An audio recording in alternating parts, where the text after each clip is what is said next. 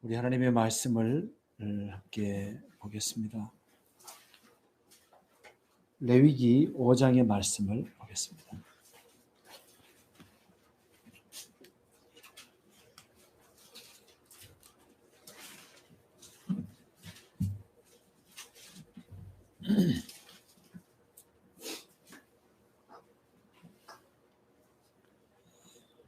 레위기 5장 14절부터 16절까지 말씀을 제가 읽어드리겠습니다.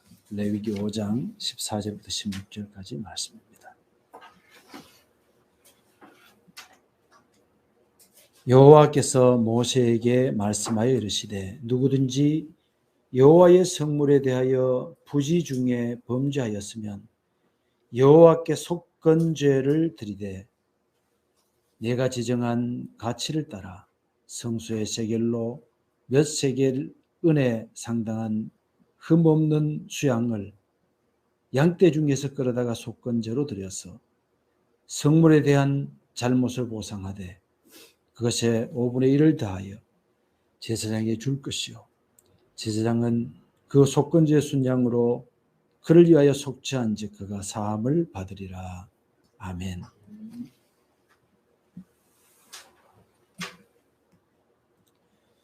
우리가 지난주까지 레위기의 말씀을 전체적으로 다 보았습니다. 근데 레위기 말씀을 전체를 보면서 또 앞으로 우리가 민수기, 신명기의 말씀도 계속해서 볼 것이고 그 후의 말씀들을 생각을 하면서 레위기에서 중요한 부분을 다시 한번 강조하고 넘어가야 될 부분들이 대부분이지만 그래도 좀 강조하지 못하고 넘어간 부분을 한 번 더 말씀을 드려야 되겠다라는 생각으로 오늘 속건제에 대한 말씀을 잠시 드리려고 합니다. 속건제 그러면 레위기에 등장하는 5가지 제사 중에 하나입니다. 5가지 제사 중에 하나. 근데 이 속건제라고 하는 것은 속건제 의미를 간단하게 얘기해 본다면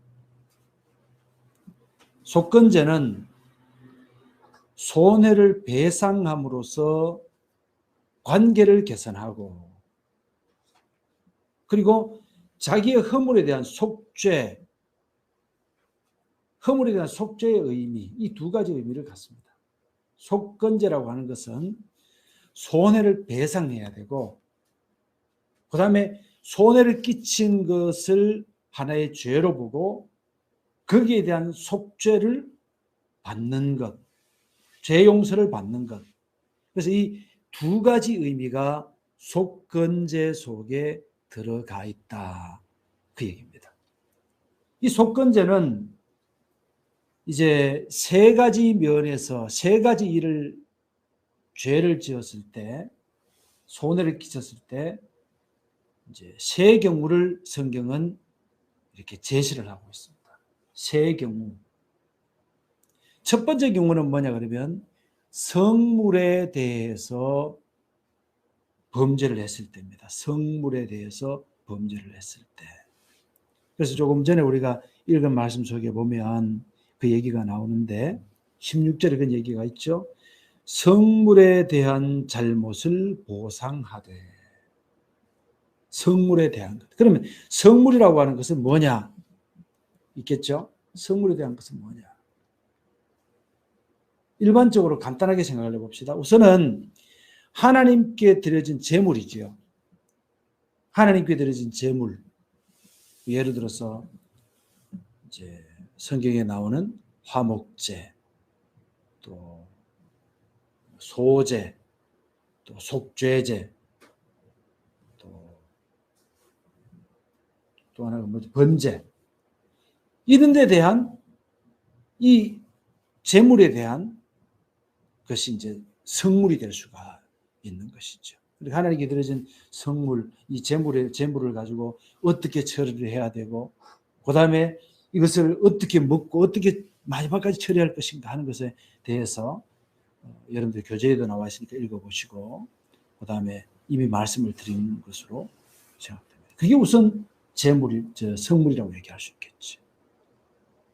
그 다음에 또 하나님께 드려진 제물뿐만 아니라 다른 것도 있을 수가 있죠. 예를 들어서 성전에 있는 성막 기구들, 그리고 또 하나님께 드려지는 첫 열매,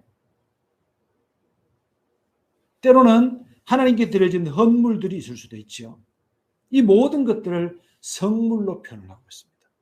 이 성물에 대해서 만약에 손해를 끼친 것이라든가 잘못을 범한 것이 있으면 그것을 가지고 하나님 앞에 속건제를 드려야 된다. 그 말씀이죠. 두 번째로는 5장 17절 말씀 속에 보면 17절부터 19절까지 말씀 보면 계명을 어긴 것이 속건제를 드려야 되는 조건 중에 하나였습니다. 제가 읽어볼게요. 17절에 만일 누구든지 여호와의 계명 중 하나를 부지 중에 범하여도 허물이라. 부지 중에 범했어요. 자, 고의로 범했으면 그 속죄제를 드려야 되는 것 같아요. 근데 부지 중에, 알지 못하는 중에 이 계명을 어겼어. 그러면 그것을 가지고 하나님께 속건제를 드려야 됩니다. 속건제를. 그래서 이 계명을 어긴다고 하는 것은 하나님의 백성으로서 바르지 못한 상태를 이제 상태에 빠지게 되는 그런 것을 얘기하는 것이지. 그럼 이것이 왜 속건제는 손해를 입히는 것이 되는 거잖아요. 그러면 계명을 어기는 것이 왜 누구에게 손해가 되느냐, 누구에게 손해를 끼치는 것이냐, 그랬을 때는 하나님께입니다. 하나님께. 여호와 하나님의 명예, 하나님의 명성, 하나님의 영광에 대한 죄를 범한 것이다. 이렇게 얘기할 수가 있죠. 그래서 우리가 예수님 믿는 사람들이 잘못된 행동이나 이런 것 때문에 하나님의 영광에 오점을 남기는, 그렇다고 해서 하나님의 영광 그 자체가 손상되는 건 아니에요. 그건 이제 나중에 또 그걸 이제 얘기할 기회가 있어서 그때 또 얘기를 하도록 하겠습니다만은 하나님 자체에 대해서 어떤 오점을 남길 수는 없어요. 그러나 그것이 우리가 살아가는 이 세상 속에서 하나님의 영광을 가리는 일이 될 수가 있다라고 하는 겁니다. 그것 때문에 속건제를 드리는 것입니다. 그 다음에 세 번째 속건제를 드려야 되는 조건이 있어요. 그것은 뭐냐 그러면 6장에 나옵니다. 6장 말씀을 제가 한번 읽어볼 테니까 7절까지 말씀을 제가 한번 읽어볼 테니까 들으시면서 어떤 때 속건제를 드려야 되는지를 한번 생각해 보시기 바랍니다. 6장 1절부터 읽어드릴게요. 여호와께서 모세에게 말씀하여 이르시되 누구든지 여호와께 신실하지 못하여 범죄하되, 누구한테 범죄를 해요? 하나님께 범죄를 한다는 거예요. 하나님께 범죄를 하는 거다. 그러면 하나님께 범죄한다 그래놓고 그 뒤에 얘기를 읽어보면 여기서 하나님께 범죄한다는 의미가 뭔지가 나옵니다. 하나님께 범죄한다는 의미, 여기서 얘기하는 하나님께 범죄한다는 의미가 무엇인지를 계속 들어보세요. 자, 보면 곧 이웃이 맡긴 물건이나 전당물을 속이거나 도둑질하거나 착취하고도 사실을 부인하거나 남의 잃은 물건을 줍고도 사실을 부인하여 거짓 맹세를 하는 사람 등 사람이 이 모든 일 중 하나라도 행하여 범죄하면 이는 죄를 범하였고 죄가 있는 자니 그 훔친 것이나 착취한 것이나 맡은 것이나 이런 물건을 주운 것이나 그 거짓 맹세한 모든 물건을 돌려보내되 곧 그 물건의 5분의 1을 더하여 돌려보낼 것이니 그 죄가 드러나는 날에 그 임자에게 줄 것이요 그는 또 그 속건제물을 여호와께 가져갈지니 곧 내가 지정한 가치대로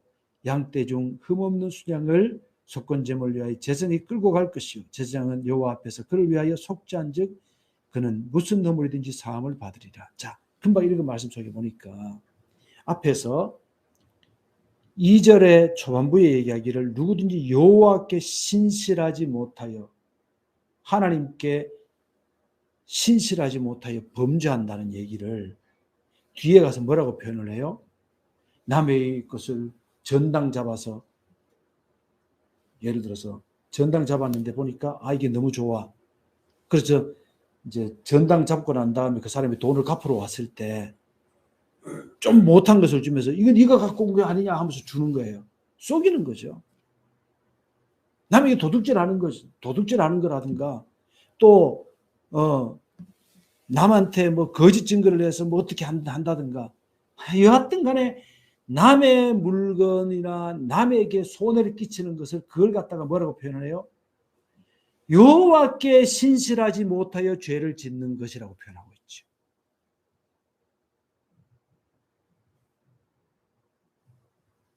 우리가 이 장면에서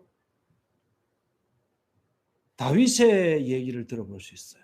다윗이 우리아의 아내 바세바를 범하고 난 다음에 우리아를 전장에서 죽게 만들죠. 그리고 그의 죄를 지적하는 나단이 와서 그에게 그 죄를 지적했을 때에 이 다윗이 시를 써서 그렇게 얘기합니다. 내가 주께만 범죄하여 이웃에게 죄를 짓지 않았다는 의미가 아니에요.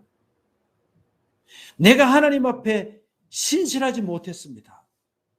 그래서 다른 사람을 주님 섬기듯 섬겨야 되는데 그 사람들에 대해서 내가 이렇게 행하지 못했습니다라고 고백하는 것이 다윗의 고백이고, 지금 여기서 얘기하는 것이 그것이죠. 우리가 만약 우리 이웃에 대해서 지금 내가 바라보는 그 사람, 내가 더불어 사는 그 사람들에 대해서 신실하지 못하고 성실하지 못하고 혹시 우리가 그를 속이는 것이 하나님 앞에 하나님을 속이는 것, 하나님께 신실하지 못한 죄라는 것을 우리가 생각하고 있다면 어떻게 될까요? 달라지겠죠. 우리 생각이 달라질 거예요. 우리 생활이 달라질 거예요. 이웃에게 신실하지 못한 것이 하나님 앞에 신실하지 못한 것입니다. 내가 여호와께 죄를 범하는 것입니다. 이렇게 우리의 마음속에 이런 것들을 기억하고 있다면 우리의 삶이 달라지지 않을까. 그래서 성경은 계속해서 레위기, 민수기, 신명기 말씀을 계속 읽어보면요, 그 속에서 강조하는 것이 뭔지 아세요? 부자들, 특히 부자들에 대해서, 좀 가진 사람들에 대해서, 가진 사람들이 어떻게 하면 돈이 생기는지를 알아요. 가난한 사람들은 맨날 그냥 이렇게 열심히 일을 해서 거기서 나오는 걸로만 이렇게 하지만 부자들은요, 돈 줄이 어디 있는지 알아요. 돈의 흐름이 어디 있는지 알아요. 그래서 그거를 갖다가 이제 물줄기가, 옛날에 그 촌에서 논농사하는 사람들 보면 이렇게 물이 흐르고 있으면 그걸 갖다가 자기 논으로 물꼬를 터서 논에 물을 받지요. 그 지혜로운 농부죠. 물꼬를 트면 되는 거예요. 부자들은 그 물꼬를 트는 방법을 알아요. 돈이 흐르는 그 흐름을 보고 물꼬를 트면 되는 걸 알아요. 근데 가난한 사람들은 그게 아니고 그냥 열심히 남의 집에 가서 일을 해서 벼를 베가지고 그 품삯을 받는 게 그게 내 큰 거라. 말하자면. 그런 이제 돈줄을 아는 그런 부자의 그 지혜, 이런 사람들이 만약에 그 돈의 물꼬를 제대로 알아서 남한테 이렇게 하면 돈을 벌겠구나 하고 남을 속이거나 이렇게 하면 안 된다는 의미로, 그러니까 제대로 된 그 돈의 물꼬를 가져야 된다는 그런 의미로 하나님께서는 부자들에 대해서 경고를 하고 있어요. 가난한 사람들 죄 안 짓는다는 의미가 아닙니다. 특히 부자들이 그렇게 하면 사회적인 악이 될 수도 있기 때문에 제가 부자들을 절대로 욕하거나 그렇게 하지 않습니다. 왜냐하면 그분들은 굉장히 재능이 있고, 또 누가 그런 얘기를 했더라고요. 그분들이 돈을 많이 벌어가지고 어떤 사업을 벌리거나 이렇게 하면 어려운 사람들이 먹고 살 수가 있어요. 그런데 그분들이 그걸 참 잘하는 거예요. 그래서 이제 그런 데 대해서 비판하는 것이 아니라 혹시라도 남을 속여가면서까지 이렇게 한다는 것에 대해서 성경은 이렇게 경고를 하고 계신 것이죠. 그렇게 하면서 부자들이 어떻게 해야 더 큰 복을 받느냐라고 얘기했을 때 예를 들어서 남의 집에 옷을 전당 잡았어.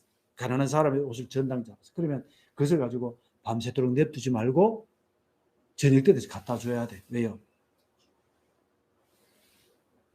이때 당시 사람들은 겉옷이 낮에는 더위를 피하는 것이 됐지만 밤이 되면 이불 역할도 했어요.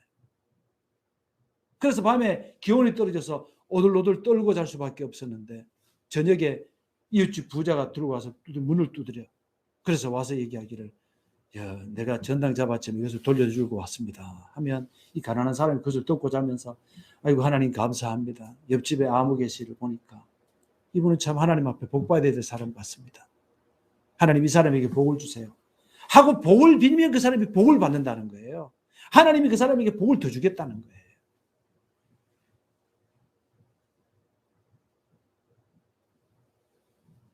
그런데 여기서 보니까 그 반대로 전당 잡은 물건을 가지고 그 사람을 속이고 남의 것을 이렇게 잘못해가 사기쳐서 또 가져오고 이렇게 해서 그것을 자꾸 쌓아간다면 그 사람은 죄를 여호와 하나님 앞에 범하는 것이다.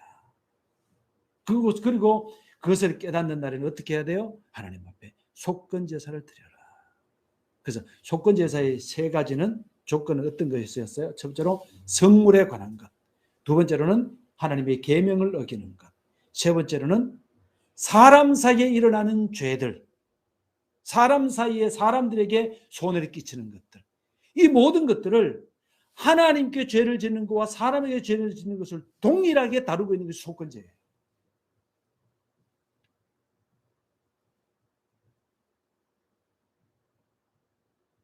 그래서 여기서 우리가 생각해야 되는 것이 이거예요. 나는 하나님 앞에서 성실하게 내가 이렇게 언물도 드리고 내가 이렇게 예물도 드리고 예배도 드리고 내가 이렇게 성실하게 산다. 그러니까 하나님 앞에 나는 복 받는 것이다. 그래서 밖에 가서 온갖 나쁜 짓 다 하고 다니면 안 된다는 거예요. 오히려 하나님 앞에 할 것만큼 하고 그 다음에 어떻게 해요? 다른 사람들에게 성실하게 그 사람들을 위해서 사랑을 베풀고 살아야 된다는 것을 여기서 속건제에서 얘기를 해주고 있는 내용들인 것입니다. 우리 이것만 생각해도 우리의 삶의 마음의 태도가 달라질 수가 있겠죠. 그죠? 태도가 분명히 달라질 수가 있는 것입니다. 그래서 속건제의 특성을 간단하게 얘기를 하면 금방 말씀드린 이것이 첫 번째예요. 뭐냐 그러면 하나님께 대한 죄, 손해라고 하는 거죠. 손해라고 하는 것을 이제 6절에 16절에 5장 16절에 이렇게 얘기하죠.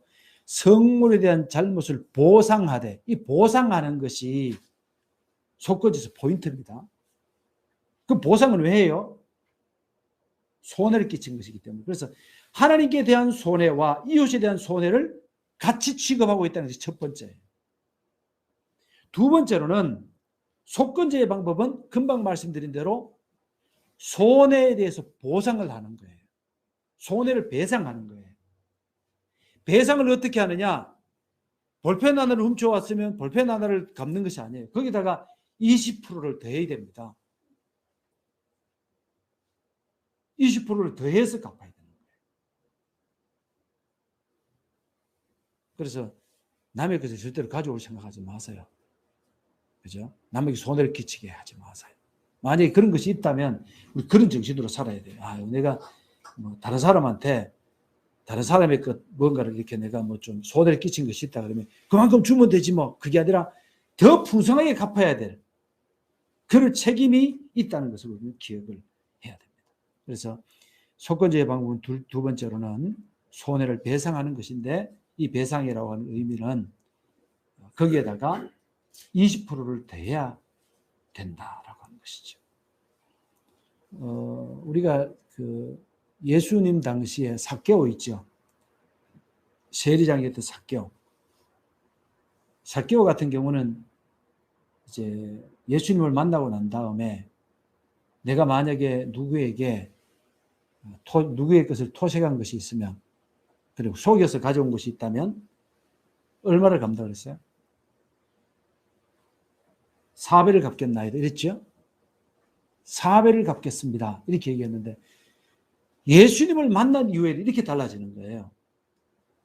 구약에서 딱 정해놓은 거죠. 구약에서 정해놓은 것은 5분의 1을 다 20%를 더해주는 것이지만 예수님을 만난 삭개오는 그의 삶이 바뀌어지는 거예요.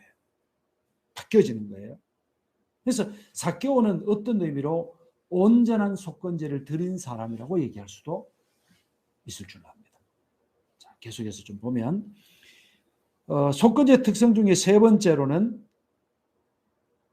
그 조금 아까 제가 말씀드린 대로 이미 설명을 다 드려서 지금 정리해 드리는 쪽으로 생각하면 됩니다. 하나님의 성물이나 이웃에 대해서 끼친 손해는 모두 하나님께 대한 죄이기 때문에 앞에서 얘기했던 대로 그걸 보상을 하고 난 다음에 속건 제사도 하나님께 드려야 됐다는 거예요. 흠없는 수양을 끌어다가 그 양을 하나님 앞에 속건 제사를 하나님께 드려야 됐다. 죄 용서받는 제사를 하나님께 드려야 됐다라고 하는 것을 기억을 하면 됩니다. 자, 예수님께서 가르침 속에서 이런 얘기를 하십니다. 너희 중에 누구든지 재물을 가지고 하나님께 재물을 드리려고 가지고 오다가 이웃에게 불화한 것이 생각나면 먼저 가서 그 사람하고 사화해라. 사과하고 화목해라.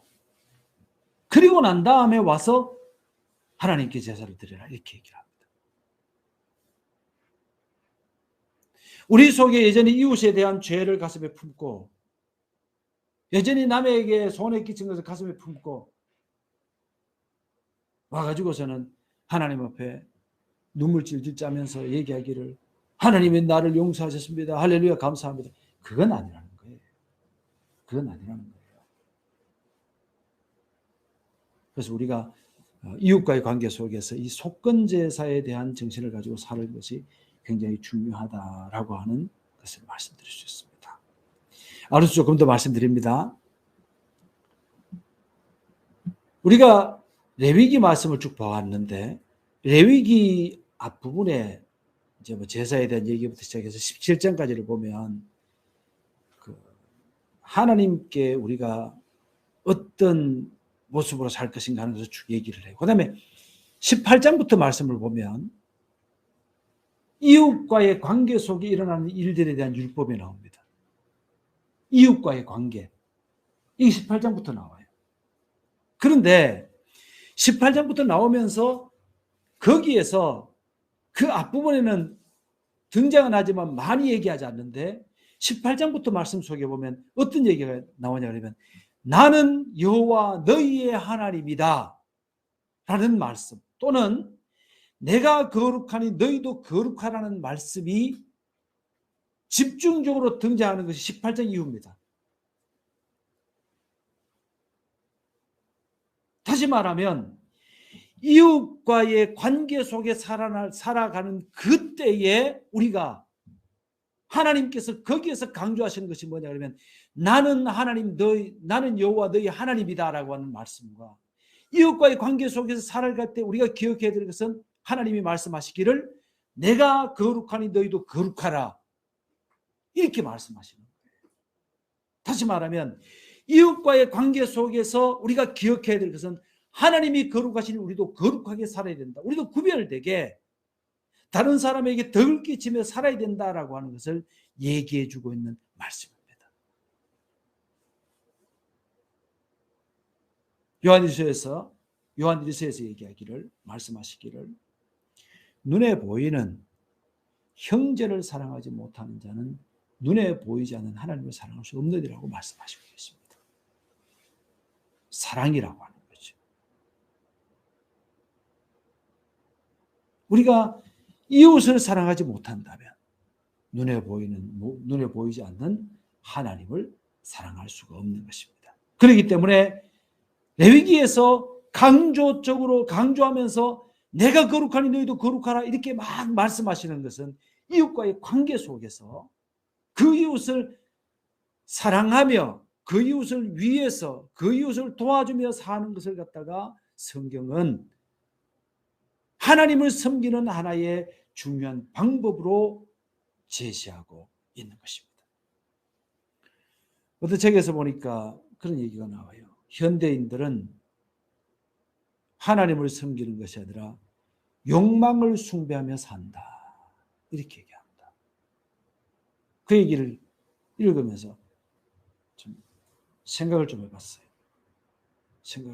가만히 생각해 보니까 옛날 드라마를 보면 우리나라 그 옛날 배경으로 하는 역사 드라마 같은 걸 보면 그런 경우가 있죠. 저 사람이 옳고 내가 그러다 이런 이제 차원이 아니고 누군가 저 원수가 좀 망했으면 좋겠어. 그러면 자기 신명께 빕니다. 어떻게 빌어요? 저 사람 망하게 해달라고 빌죠. 자기 자신의 나쁜 마음을 고치기보다는 그 사람을 망하게 해달라고 빌죠. 근데 참 옛날에 그 약간 좀 그런 드라마 같은 걸 보면 또 그게 또 이루어져요.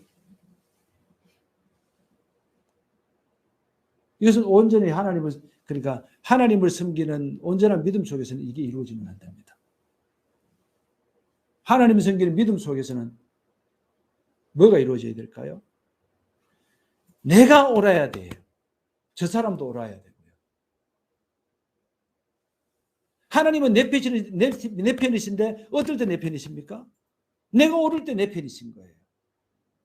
그러면 내가 나쁠 때는 여전히 내 편이시지만 그때는 하나님이 나를 고치시는 하나님으로 내 편이신 거예요. 제 얘기가 이해가 됐는지 모르겠습니다. 나를 고치시는 하나님이에요. 올바른 모습으로 고치시는 하나님으로서의 하나님, 내 하나님이에요.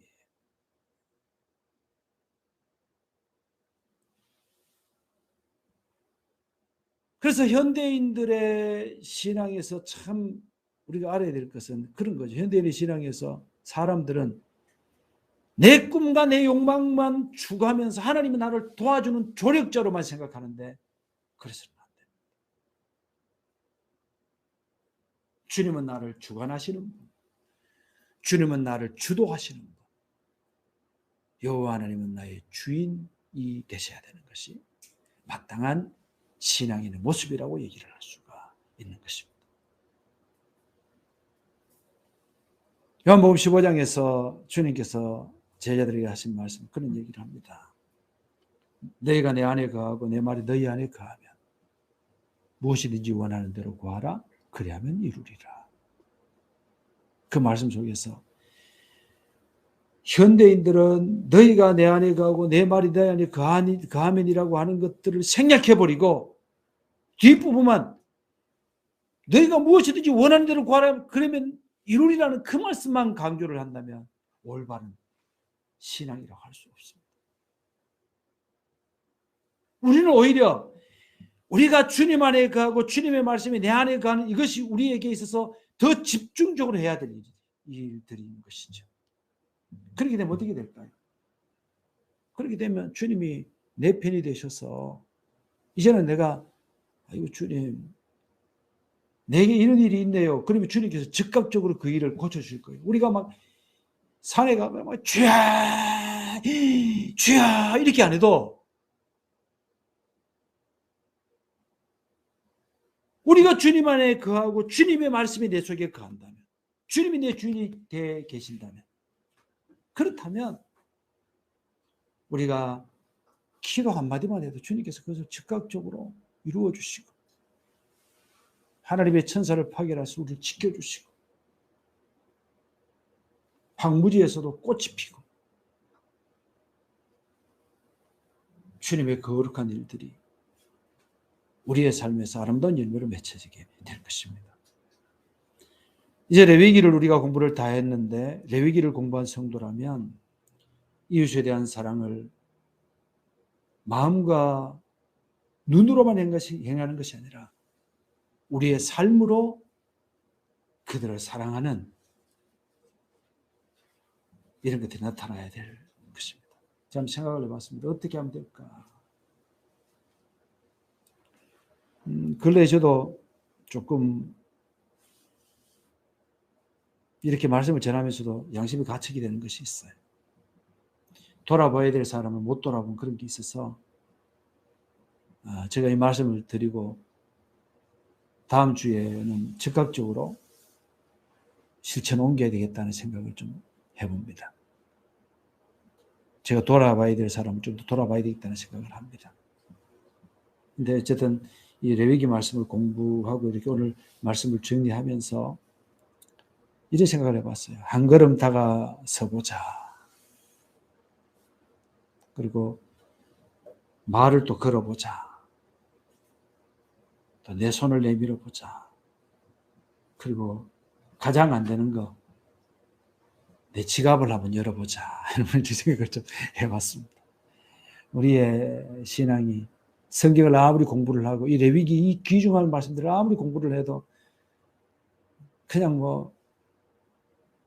그야말로 옛날에 사람들이 하얀 것은 종이고 까만 것은 글자다. 그렇게만 이해를 해서는 안 될 것 같아요. 레위기 말씀을 공부한 성도라면 사랑을 실천할 수 있는, 이웃에 대한 죄도 하나님께 대한 죄다라고 해서 기억하면서, 그걸 거꾸로 말하면 이웃을 사랑하는 것이 하나님을 사랑하는 방법이다라고 하는 것도 기억하면서 그렇게 날마다 믿음 가운데 살아갈 수 있는 우리 모든 성도들이 다 될 수 있기를 예수님의 이름으로 축복합니다. 아멘.